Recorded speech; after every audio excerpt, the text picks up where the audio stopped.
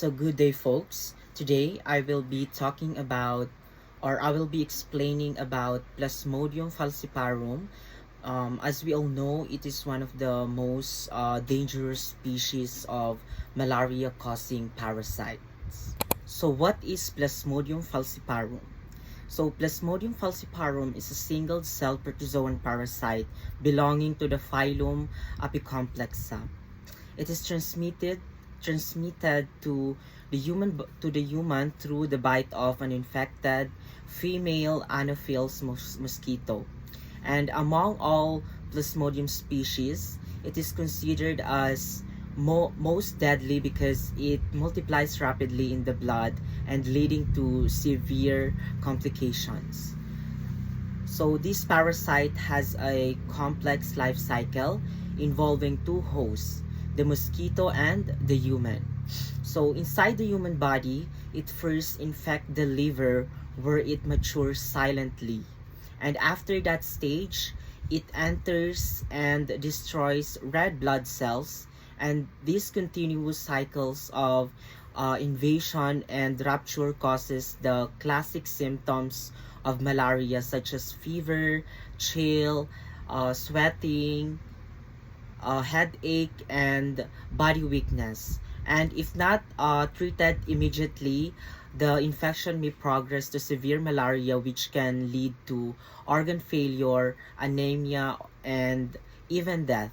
So, morphologically speaking, Plasmodium falciparum can be identified in the blood through its unique ring-shaped trophocytes and its ability to infect red blood cells of all ages.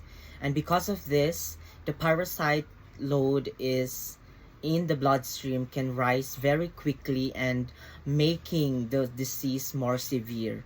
So this organism is mainly found in tropical and subtropical regions, specifically in Africa and Southeast Asia, where mosquito population thrive. So humans serve as the primary host, while the Anopheles mosquito acts as the vector that carries and spread the parasites. So in terms of prevention, the best strategies include using insecticide-treated mosquito nets, indoor residual spraying, eliminating mosquito breeding sites, and taking anti-malarial medications when traveling to high-risk areas. So early diagnosis and prompt treatment are also essential to prevent complications. So therefore, we can conclude that Plasmodium falciparum remains as a global health threat. So understanding its life cycle, transmission, as well as the prevention measure is crucial for us to be able to control malaria and protecting communities, in especially for those uh, who are in a tropical region.